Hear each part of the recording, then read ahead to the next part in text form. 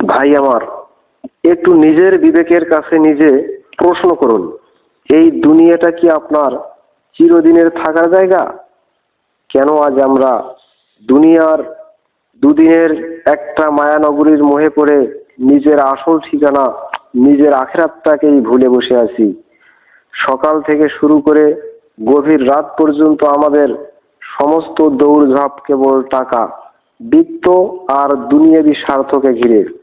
কার চেয়ে কে বেশি উপরে উঠবে, কার ব্যাংক অ্যাকাউন্ট কত ভারী হবে, এটাই যেন আমাদের জীবনের একমাত্র লক্ষ্য হয়ে দাঁড়িয়েছে। অথচ যে মালিকের দেওয়া নিঃশ্বাসে আমরা বেঁচে আছি, তার পবিত্র হুকুমগুলো পালন করার একটুও ফুসরত আপনার হয় না। হালাল হারামের বালাই তো কবেই মুছে গেছে আমাদের জীবন থেকে। একটু কি কল্পনা করতে পারেন সেই মুহূর্তটির কথা, যেদিন হঠাৎ সব কোলাহল থেমে যাবে?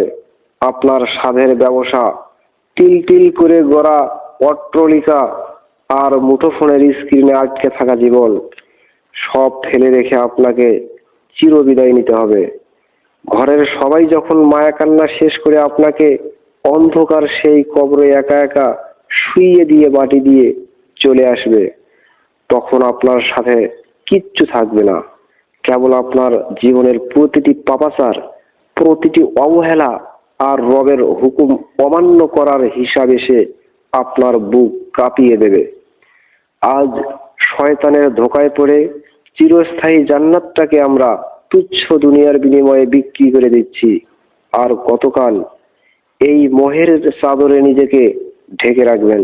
আর কতকাল রবের সাথে নাফরমানি করবেন? সময় ফুরিয়ে যাওয়ার আগেই হুঁশিয়ার হন।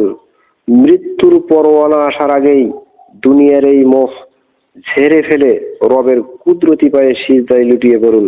আখেরাতের ওই অনন্তকালের কাঠগড়ায় দাঁড়িয়ে পস্তানোর চেয়ে আজই চোখের পানি ফেলে নিজের জীবনটাকে পাল্টে ফেলুন।